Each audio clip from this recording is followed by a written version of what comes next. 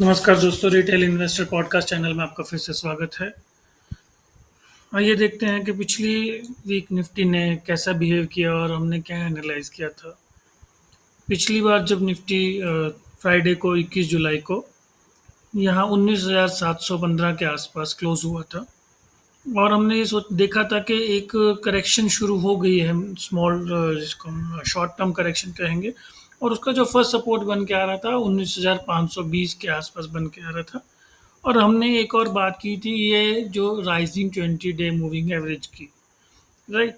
अभी देखते हैं कि निफ्टी ने एक्चुअली में क्या किया। निफ्टी ने एग्जैक्टली जो, ये देखिए मैं थोड़ा सा इसको मैग्नीफाई कर देता हूँ। एग्जैक्टली जो इसका 20 डे मूविंग एवरेज था, जो जब जो बढ़ के यहाँ से बढ़ के थोड़ा सा ऊपर आ गया था 19,570 के आसपास, उसको टच किया और उसी से ही एक बाउंस लिया। आइए देखते हैं कि आवरली चार्ट पे एक कैसा दिख रहा है। आवरली चार्ट पे देखिए, जैसे यहाँ पे ये 19,577, 577, 580 के आसपास इसने टच किया निफ्टी ने 20 डे मूविंग एवरेज को, और तभी एक छोटा सा मिनी बाउंस दिया। और जैसे हम जानते हैं कि फ्राइडे को एक यूएस में अच्छा सेशन रहा है और गिफ्ट निफ्टी भी ऑलमोस्ट लेवल 70% पॉइंट्स के ऊपर आसपास ऊपर है। तो ये एक हाई प्रोबेबिलिटी है कि मंडे को ये ऊपर ही खुलेगा, मे बी 40 to 50 पॉइंट्स। तो उसके बाद ये हो गया पिछले वीक की बात कि हमने क्या एनालाइज किया, और लगभग वैसा ही प्ले आउट हुआ। जो लग रहा था कि एक इमीडिएट सपोर्ट है, वहीं से ही निफ्टी ने इसको बाउंस लिया है। बट वो हो गया, पुरानी बात तो छोड़ देते हैं कि अब आगे का क्या। ठीक है, इस बाउंस ले लिया तो अब आगे क्या, नेक्स्ट वीक में हमारी क्या प्रिपरेशन होनी चाहिए। नेक्स्ट वीक में सिंपल सा है, एक मुझे तो ये लग रहा है कि एक नया, ये एक मे बी बुल फ्लैग कहें या जब तक क्रॉस नहीं होता है तो एक ये चैनल कहेंगे। तो उसके बाद अगर इसको यहाँ पे ये जैसे कि उन 19638 पे क्लोज हुआ है, अगर यहाँ पे 50-60 पॉइंट का हमें एक बाउंस मिलता है, तो पहले ये जो चैनल है यहाँ का, जो इसको एक रेजिस्टेंस भी बोलेंगे, जो 19,800 के आसपास एक नेचुरल रेजिस्टेंस है। अगर हम लोग ऑप्शन चेन देखते हैं तो एक वहाँ पे अच्छा खासा बिल्डअप भी है। तो एक वहाँ तक जाने की, 19,800 के आसपास जाने की बहुत ज़्यादा गुंजाइश है, हाई प्रोबेबिलिटी इवेंट मुझे लग रहा है। उसके बाद फिर मे भी थोड़ा सा पहले ही मुड़ जाए, ठीक है, मैं कहूँगा कि 10-20 पॉइंट इधर उधर ना सोचें। तो एक 19,800, ये 19,775, ये एरिया जो है यहाँ पे निफ्टी आने के अच्छे चांसेस हैं। यहाँ पे आता है तो हमने जो फ्राइडे को लॉन्ग्स बनाए हैं उनमें बुकिंग करेंगे हम। ठीक है, वो सेपरेट पॉइंट है, वो उस टाइम पे निफ्टी का मूवमेंट कैसा है, कैसे उसकी कैंडल्स बन रही हैं, उनको देख के डिसाइड किया जाएगा। ये हो गया निफ्टी का। ये आप ध्यान दीजिएगा, जब 19,775 के आसपास निफ्टी बैंक निफ्टी हो तो थोड़ा सा केयरफुल हो जाइएगा अपनी लॉन्ग पोजीशंस के लिए। मैं नहीं कह रहा हूँ उसको एग्जिट कर जाइएगा, बट थोड़ा केयरफुल होना वहाँ पे अच्छा आइडिया रहेगा। उसके बाद बैंक निफ्टी देख लेते हैं। बैंक निफ्टी ने थोड़ा ज़्यादा करेक्शन, डीपर करेक्शन दिखाया है, ये देखिए। और वो भी एक अच्छे सपोर्ट एरिया में आग फिर से आ गया है, बट ये मुझे लग रहा है कि थोड़ा सा मे बी ये इसका जो रीटेस्ट हो, ये 44,500 का एक बार फिर से रीटेस्ट हो जाए। अब बैंक निफ्टी थोड़ा ज़्यादा वॉलेटाइल है और थोड़ा सा वीकर भी है। उसका कारण ये है कि इसका जो मेजर कॉन्स्टिट्यूएंट्स हैं, जिन H D F C bank है और आई सी आई सी आई बैंक है, वो कोई अभी मूव दिखाने को तैयार नहीं लग रहे हैं। जैसे कि हम लोग H D F C bank का चार्ट देखते हैं अगर, राइट, तो नीचे आ गया है बट अभी तक कुछ ऐसा स्ट्रेंथ का माहौल नहीं है। तो मे बी एक दो दिन थोड़ा सा और ये कंसोलिडेट हो। जैसे देख रहे हैं यहाँ पे, ये मैंने एक बहुत पुरानी ट्रेंड लाइन बनाई हुई है और बहुत इंपॉर्टेंट भी है। अब फिर से अगर उसके पास आ गया है, और ऑलरेडी देखिए लगभग 8 महीने की ये पूरी कंसोलिडेशन है, तो अब फिर से अगर उसके पास आ गया है तो इट्स एनीबॉडीज गेस कि ये कहाँ जाएगा। It can go down also. जैसे कि इसने अच्छे वॉल्यूम्स देखिए, वॉल्यूम्स में काफ़ी वॉल्यूम से इसने यहाँ पे सेलिंग की है। तो थोड़ा सा कॉशियस रहना ज़रूरी होगा मुझे लग रहा है इस वीक में। उसके आगे कारण क्या है वो हम लोग देखते हैं। जो मुझे लग रहा है कि निफ्टी में अभी मतलब ब्लाइंड बाय या फिर जिसको ऑल इन होना कहता है, वैसे थोड़ा नहीं होना चाहिए इस वीक में। थोड़ा ध्यान से डिप्स मिले तो उनमें बाय कीजिए, फिर देखिए कि मार्केट कैसे रिएक्ट कर रही है, मार्केट के आगे बिहेवियर कैसा है। अगर वो स्ट्रांग लग रही है तो फिर आगे बाय इन करें, वरना अभी थोड़ा रुक जाएं, थोड़ा सा ध्यान से बाय इन करें। बहुत ज़्यादा जल्दीबाजी करने की कोई मुझे लग रहा है ज़रूरत नहीं है अभी, क्योंकि इसका जो डेली चार्ट है वो भी निफ्टी का वही दिखा रहा है कि मे बी थोड़ा सा और करेक्शन, साइडवेज करेक्शन हो जाए या एक और डिप मिल जाए। देखते हैं वो भी आगे कैसे बिहेव करता है, बट नेक्स्ट वीक में अभी निफ्टी का जो अप मूव आएगा, अनटिल अनलेस ये 19,800 को ब्रेक करके ऊपर नहीं निकलता है, तो थोड़ा लॉन्ग पोजीशंस केयरफुली बनाएं निफ्टी में। और बैंक निफ्टी में भी सिमिलरली ऊपर के लेवल पे ध्यान दें। उसका कारण एक जो मुझे लग रहा है ना वो ये है कि ठीक है, इसने जैसे हमने प्रेडिक्ट किया था 20 डेमा से, इसने एक बार करेक्शन दे दिया है, एक बार बाउंस दे दिया है, बट ये ऑलरेडी ये 6 मंथ्स ओल्ड ये मूव हो चुका है, देख रहे हैं। इसका जो बॉटम बना था 15 मार्च को बना था, ये ऑलरेडी 5 मंथ पुराना मूव हो गया है। और इसमें जब ये ऑलरेडी देखिए 3 बार 20 डेमा को टच कर चुका है और 50 डेमा को एक बार भी टच नहीं किया। ये जो रेड वाली आप देख रहे हैं ये 50 डेमा है। तो हो सकता है कि ये थोड़ा और साइडवेज वक्त गुजारे, साइडवेज टू डाउनवर्ड्स, मतलब मैं नहीं कह रहा कि क्रैश या करेक्शन नहीं, थोड़ा सा साइडवेज या डाउनवर्ड्स, कि ये इसको कैचअप करके ये भी 19,300 400 के आसपास आ जाए, जो ये अभी 19,011 के आसपास है। तब देखेंगे कि क्या वाकई में वहाँ पे ठहरता कि नहीं। पर टिल नाउ ऐसा कुछ करेक्शन की बहुत ज़्यादा उम्मीद मत कीजिए। जो 19,800 अपने लिए एक इम्पॉर्टेंट लेवल है। 19,800 जो ये हमारी बड़ी रेड कैंडल बनी है, इसका हाई भी है 19,867। तो ये ऊपर जाएगा यहाँ से अगर क्रॉस करके, तो ऑब्वियसली फिर से समझ लीजिएगा कि एक नई तेजी की और हम लोग फिर से बढ़ चुके हैं। शॉर्ट के बारे में अभी ना ही सोचें तो बेटर रहेगा। देखेंगे शॉर्ट करेंगे जब जब मौका आएगा तब आएगा, अभी तक ऐसा कुछ नहीं है इसमें। ये तो ठीक है, निफ्टी 50 में कुछ बड़ी बात नहीं है, ये जो आपने देख लिया है, आप जानते ही हैं कि इन चीज़ों को जितना सिंपल रखेंगे उतना ही अच्छा रहेगा। मेन जो हम लोग बात करना चाह रहे हैं, नेक्स्ट देखते हैं हमारी यूएस 10 ईयर यील्ड ने क्या कुछ किया है। यूएस 10 ईयर यील्ड देखिए, हमने यहाँ पे बात की थी, उसको ब्रेकआउट दिया, ये जो बुल फ्लैग था ब्रेकआउट दिया, रिटेस्ट दिया और फिर से अभी ये ऊपर जाने लगा है। हमें जानते हैं कि फेड ने इस बार रेट भी कम नहीं किए हैं, और उसने बोला है कि उसने सबको ही कंफ्यूजन में डाल के रखा है कि अब नेक्स्ट क्या करने वाला है, किसी को कुछ समझ नहीं आ रहा है। मैंने लोगों की, और जो बहुत मैं जिनको इकोनॉमिक एक्सपर्ट मानता हूँ यूएस के या और लोग भी, उन्होंने भी, उनको भी कुछ समझ नहीं आया है। उन्होंने भी जो जिसकी पोजीशनिंग के मुझे लग रहा है हिसाब से बातें की हैं, जिनका बियरिश पोजीशन है उन्होंने बियरिश बात किया, और जिन्होंने बुलिश किया तो उन्होंने बुलिश पोजीशन है उन्होंने बुलिश बात की है।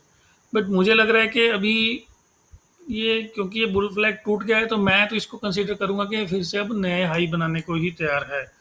अगर ये इसने 4.076 का ये लेवल तोड़ा और ऊपर जाने लगा, तो समझिएगा ये इसकी जो यूएस 10 ईयर है फिर से ऊपर जाएंगी।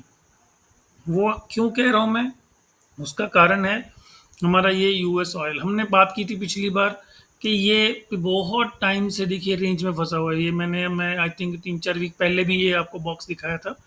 ये बहुत टाइम से इसी बॉक्स में फंसा हुआ है, इसी जोन में है। बट ये देखिए जो लास्ट 2 वीक्स 3 वीक्स का ये जो मूव है, ये देखिए ये फिर से अपने जो बॉक्स है, जो अपनी रेंज है, उसके हायर एंड की तरफ बढ़ चला है।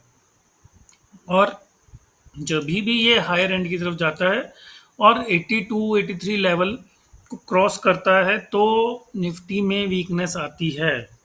एक बार देख लेते हैं कि निफ्टी कैसा बिहेव करता है। ये देखिए, इसको भी हम लोग लाइन चार्ट लगा देते हैं ताकि हमें देखने में समझ आसानी रहे। ब्लू वाली जो है वो अप्रूव्ड है और ऑरेंज वाला हमारा निफ्टी है। ओके, ये देखिए कि जब जब भी ये यहाँ से निकला है, ये देख रहे हैं, इस रेंज से जब जब भी क्रूड निकला है, एक अच्छी खासी गिरावट आई है। ये देख रहे हैं आप, एक डाइवर्जेंस आती है। देख रहे हैं, मतलब पिन पॉइंट जिस दिन क्रूड का टॉप बना है, उसी दिन निफ्टी का बॉटम भी बना है, राइट। तो इसको ध्यान देना इसका बहुत ज़रूरी है। जैसे यहाँ पे निफ्टी का टॉप बना है, क्रूड का टॉप बना है, और उसी दिन निफ्टी का बॉटम बना है। सो सेम इधर देखिए, जैसे ही इसने ये 95 के दोबारा एक बाउंस दिया था और निफ्टी ने दोबारा से डाउन साइड अपनी रेज्यूम कर ली थी। तो इसीलिए मैं कह रहा हूँ कि जैसे यहाँ पे भी देखिए, समझ ही गए हो मैं क्या क्या कहना चाह रहा हूँ। जैसे ये अप मूव इसका डाउन में स्टार्ट होता है और वैसे ही ये निफ्टी जो है हमारा ऊपर को चलना शुरू कर देता है। और अगर हम लोग गैस करेंगे ठीक है भाई इस बार कुछ डिफरेंट हो जाएगा और हम उन ऊपर की तरफ फिर से एक नीचे जाएगा क्रूड, हो सकता है, बिल्कुल हो सकता है। बट ये हमें ये कह रहा है कि हमें यहाँ पे सावधान रहने की ज़रूरत है। ठीक है, ये तो हो गया क्रूड का। क्रूड हमें दिखा रहा है कि भाई सावधान हो जाएं, आगे दिक्कत भरा टाइम आ सकता है। हमारा डिक्सी जो हमारा डॉलर इंडेक्स है वो क्या कह रहा है? डॉलर इंडेक्स भी वही कह रहा है। ये देखिए, डॉलर इंडेक्स भी अपने यहाँ से जो हमने बहुत टाइम पहले जो बॉक्स बनाया था, हमने डिस्कस भी किया था कि ब्रेक कर दिया है तो यहाँ से बाउंस बैक देगा। तो उस बाउंस बैक के बाद ये फिर से दोबारा ऊपर आने को तैयार है और धीरे धीरे आने भी लगा है। अगर ये फिर से 100 एंड ये इसका जो 103-4 इसका रेंज है, इसको काट के ऊपर गया तो फिर ये भी हमारे लिए नेगेटिव है। अभी तक ऐसा कुछ नहीं है। ये मेरी बातें आप समझ के ये मत समझिएगा कि मैं कह रहा हूँ कि आप अपना पोर्टफोलियो बेचिए और निकल जाइए या शॉर्ट कर दीजिए जितना मन हो, नहीं। मैं आपको ये कह रहा हूँ कि ये जो तीन तीन चार चीज़ें हैं ये हमें कॉशन की तरफ बता रही हैं कि आप अभी कॉशियस रहिए। अभी जिसको हम लोग वाइल्ड स्पिरिट्स कहते हैं, उनको चेज़ करने का टाइम नहीं है। वो एक और बात भी है, ये बैंक ऑफ जापान की जो मॉनेटरी बैठक हुई थी कुछ दिन पहले ही, आई थिंक थर्सडे या फ्राइडे को ही हुई थी। उसमें इसने अपना बैंक ऑफ जापान ने अपना जो बॉन्ड यील्ड्स हैं उनको 9 ईयर्स हाई पे सेट कर दिया है।